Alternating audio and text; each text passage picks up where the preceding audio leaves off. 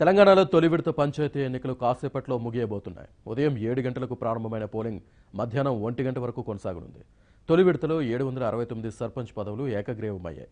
3701 సర్పంచ్ స్థానాలకు 28976 ward member పదవులకు ఇవాళ పోలింగ్ జరుగుతోంది.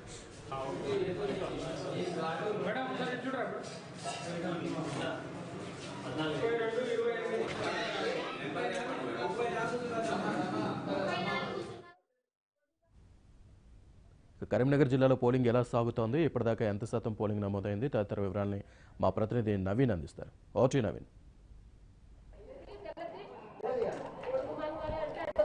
శ్రీనివాస్, కరీంనగర్ జిల్లా పరిధిలో ఉన్నటువంటి 5 మండలాల్లో పోలింగ్ ప్రక్రియ సజావుగా సాగింది. పోలింగ్ సరళి కూడా ప్రశాంతంగా సాగిందని చెప్పుకోవచ్చు. దాదాపుగా ఇప్పుడు 12 దాటింది టైము, మరొక 30-40 నిమిషాలే టైం ఉంది. అయితే ఇప్పటికే దాదాపుగా ఎవరైతే ఓటుకు వినియోగించుకోవాలో ఓటర్లంతా తమ ఓటు హక్కును వినియోగించుకున్నారని చెప్పుకోవచ్చు. దాదాపుగా పోలింగ్ ప్రక్రియ ముగిసినట్టు మనం చెప్పుకోవాల్సి ఉంటుంది. ఎందుకంటే ఒక్కరిద్దరు ఎవరో మిస్ అయిన వాళ్ళు, వివిధ పనుల రీత్యా హాజరు కాలేకపోయిన వాళ్ళు తప్ప దాదాపుగా ఇప్పటికే చాలా కేంద్రాల్లో ఇదే పరిస్థితి ఉంది. కరీంనగర్ జిల్లా పరిధిలో, అటు రాజన్న జిల్లా పరిధిలో ఒక్కొక్క కేంద్రంలో, ఒక్కొక్క గ్రామంలో 70 నుంచి 80% పోలింగ్ నమోదైనట్టు సమాచారం అందుతుంది.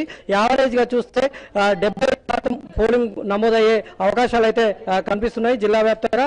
అయితే ఇటు ఇప్పుడే కరీంనగర్ సిపి ఎవరైతే ఉన్నారో కమలహాసన్ రెడ్డి ఎన్నికల ప్రక్రియ ఏదైతే ఉందో చింతకుంట, అటు బావుపేటలో ఎన్నికల ప్రక్రియను, ఎన్నికల సరళిని ఆయన పరిశీలించి వెళ్లారు. ఎందుకంటే బావుపేట, చింతకుంటలో కొన్ని వివాదాస్పద గ్రామాలు ఇవి. ఎందుకంటే రాత్రి గొడవలు అయినటువంటి పరిస్థితి ఉంది. రాత్రి ఇక్కడ డబ్బులు పంచుతుండగా ఇద్దరిని అరెస్ట్ చేసినటువంటి, 2 గ్రామాల్లో పలువురిని అరెస్ట్ చేసి వాళ్ళ మీద కేసులు కూడా నమోదు చేసినటువంటి పరిస్థితి ఉంది. అయితే ఇక ఓటాకు వినియోగించుకున్న వారికి ప్రముఖుల విషయానికి వస్తే సుంకె రవిశంకర్ ఎవరైతే ఉన్నారో ఎమ్మెల్యే సుంకె రవిశంకర్ గంగాధర మండలం బూరుగుపల్లిలో తమ ఓటు సత్య సమేతంగా వినియోగించుకున్నటువంటి పరిస్థితి. మొత్తం మీద కరీంనగర్ జిల్లాలో అంతా ప్రముఖులైతేనేమి, ప్రజలైతేనేమి ఇప్పటికే పోలింగ్ కేంద్రాల వద్ద తమ ఓటును వినియోగించుకుంటున్నారు. చింతకుంట పోలింగ్ కేంద్రం వద్ద ఆర్వో ఉన్నారు. వారు ఇక్కడ పోలింగ్ సరళి పైన ఆయన ఏం చెప్తారనేది తెలుసు. సార్ చెప్పండి, ఇక్కడ పోలింగ్ సరళి ఎలా ఉంది? ఓటింగ్ సరళి 12 గంటల వరకు 53 నుండి 54% మధ్యలో అవుతుంది. ఏర్పాట్లు బాగానే ఉన్నాయి. ఎలాంటి డిస్టర్బెన్స్ లేకుండా పోలీస్ బందోబస్తు కూడా పెట్టుకోవడం జరిగింది. సిబ్బంది కూడా ఆహారం, తర్వాత అల్పాహారం కూడా మార్నింగ్ నిన్న కూడా ఏర్పాటు చేయడం జరిగింది. అయితే ప్రశాంతంగానే ఉన్నది. 11 గంటల కింద 9 గంటలకు 23.3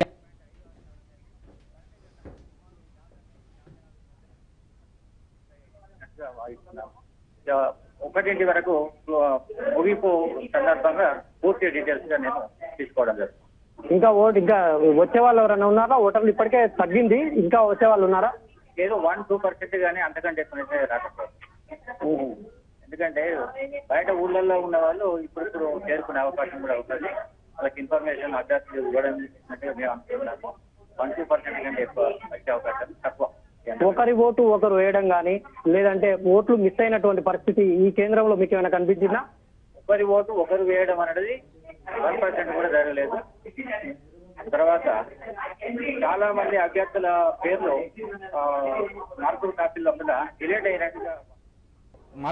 లోపల డిలీట్ అయినట్టుగా భావించారు. ఆ కంప్లైంట్స్ మాత్రం చాలా వేయడానికి అనుమతి ఇవ్వలేదు డిలీట్ కావడం వల్ల. మరి అది ఎందుకైనా కూడా మాకు కూడా ఐడియా లేదు. అంటే పోలింగ్ కేంద్రంలో వచ్చి కూడా అభ్యర్థులు ప్రచారం చేస్తున్నారు అనేటువంటిది బయట చెప్తున్నారు. మీ దృష్టికి ఏమైనా వచ్చిందా? మా దృష్టికి ప్రచారం చేస్తున్నట్టుగా రాలేదు. ఇక రాజకీయం అయినప్పుడు ఒకరి మీద ఒకరు చెప్పుకోవడం మామూలే. బయట ఏం జరిగేది మనకు తెలియదు, కానీ ఇక్కడైతే చేసినట్టుగా నా దృష్టికి రాలేదు. ఇక్కడ కొంతమంది ఓటర్లు ఉన్నారు, వారిని అడిగి తెలుసుకుందాం. సార్ చెప్పండి, ఓటు వేయడం పైన మీరు ఎలా ఫీల్ అవుతుంది? నేను చాలా ఆనందంగా చెప్తున్నాను. అంటే ప్రతి పౌరుడు ఓటు హక్కు వినియోగించుకోవాలి. గ్రామ పంచాయతీ అయితేనేమి ఏదైనా కూడా మన ఓటు సజావుగా వినియోగించుకుంటేనే ప్రజాస్వామ్యాన్ని మనం సజావుగా సాగేలా చూడగలుగుతాము. ప్రతి ఒక్కరు ఓటు హక్కును వినియోగించుకోవాలని కోరుకుంటున్నాను. ఇది అంటే ఓటర్లు సంతోషంగా ఉన్నారు. మరోవైపు ఏదైతే ఈ ఓటర్లలో ఈ గ్రామ పంచాయతీ ఎన్నికల్లో గెలిపే లక్ష్యంగా అంటే గ్రామ పంచాయతీ ఎన్నికల్లో రాజకీయ పార్టీలు ప్రత్యక్షంగా పాల్గొనపోవు, కేవలం వ్యక్తులు మాత్రమే పోటీ చేస్తారు. అయితే అయినప్పటికీ ఇటు టీఆర్ఎస్ మొన్న అధికారంలోకి వచ్చినటువంటి టీఆర్ఎస్ పార్టీ అయితేనేమి, కాంగ్రెస్ పార్టీ అయితేనేమి, ఇక్కడ లోకల్లో ఉన్నటువంటి పార్టీలు అయితే తమ అభ్యర్థులను గెలిపించుకునేందుకు అన్ని శక్తులు సర్వశక్తులు ఒడ్డినట్లే చెప్పుకోవాల్సి ఉంటుంది. మనం ఇప్పుడు పోలింగ్ కేంద్రంలో రద్దీ లేకపోయినా, ఓట్లన్నీ పడిపోయినా ఓటర్లు తమ ఓటు హక్కును వినియోగించుకుని ఇక్కడ రద్దీ కనిపించట్లేదు. కానీ పోలింగ్ కేంద్రం బయట మాత్రం బారులు తీరినటువంటి పరిస్థితి. ఎందుకంటే ఇప్పుడు మరో గంటలో కౌంటింగ్ జరగబోతుంది, 2 గంటలకు కౌంటింగ్ స్టార్ట్ కాబోతుంది. మొత్తం బయట మాత్రము ఉప సర్పంచ్ ఎన్నిక ఆసక్తికరంగా జరగనుంది. తమ వార్డు సభ్యులు, తమ సర్పంచ్ ఎవరు గెలుస్తారనే ఉత్కంఠతో గ్రామ ప్రజలు మాత్రం ఆయా కేంద్రాల్లో ఎదురు చూస్తున్నటువంటి పరిస్థితి ఉంది. Srinivas, right, thank you very much Naveen.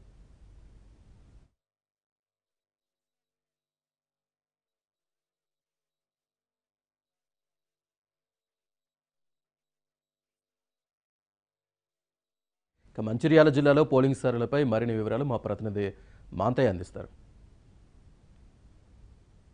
Panchayat ఎన్నికల పోలింగ్ ఉమ్మడి ఆదిలాబాద్ జిల్లాలో ప్రశాంతంగా కొనసాగుతుంది. ఒక మంచిర్యాల జిల్లా కన్నెపల్లి మండలం జజ్జరెల్లి గ్రామ పంచాయతీలో అభ్యర్థుల బ్యాలెట్కు సంబంధించిన వివాదం తప్ప మిగతా అన్ని చోట్ల కూడా పోలింగ్ ప్రశాంతంగా సజావుగా కొనసాగింది.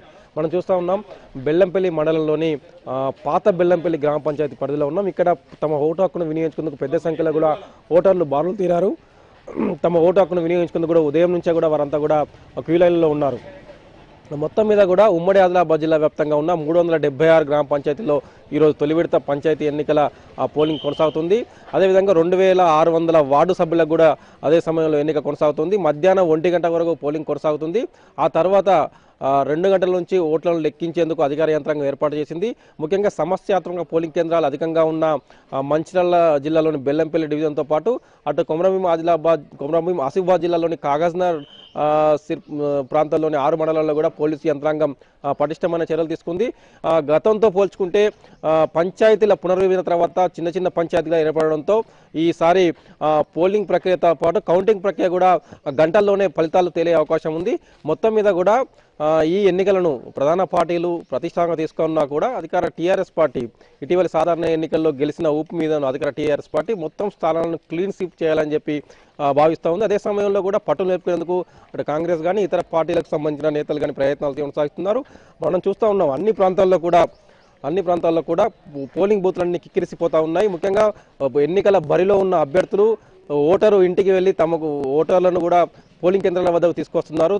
ముఖ్యంగా గ్రామీణ ప్రాంతాల్లో పట్టు నిలుపుకుందుకు గ్రామాల్లో సాధారణంగా గ్రామాల్లో ఉన్న ఆధిపత్యం కోసం బరిలో ఉన్న అభ్యర్థులంతా కూడా చివరి ఓటర్ను కూడా పోలింగ్ బూత్ను తీసుకొచ్చి ఓటర్ను తమకు అనుకూలంగా మార్చుకునేందుకు ప్రయత్నం చేస్తున్నారు. అయితే పోలీసు యంత్రాంగం పోలింగ్ కేంద్రాల వద్ద పటిష్టమైన బందోబస్తు చర్యలు చేపట్టింది. ముందు జాగ్రత్తగా 144 సెక్షన్ ఏర్పాటు చేయడంతో పాటు ఎవరు కూడా రాజకీయ పార్టీకి సంబంధించిన నాయకులు కానీ ఇతరులు ఎవరు కూడా పోలింగ్ కేంద్రాల వైపు రాకుండా జాగ్రత్తలు తీసుకుంటున్నారు. మొత్తం మీద కూడా అటు 4 జిల్లాల కలెక్టర్లు, ఆదిలాబాద్ కలెక్టర్ దివ్యతో పాటు మంచిర్యాల కలెక్టర్ భారతి హోల్కేరితో పాటు మిగతా కలెక్టర్లంతా కూడా ఎన్నికల పోలింగ్ సరళిని ఎప్పటికప్పుడు పర్యవేక్షిస్తున్నారు.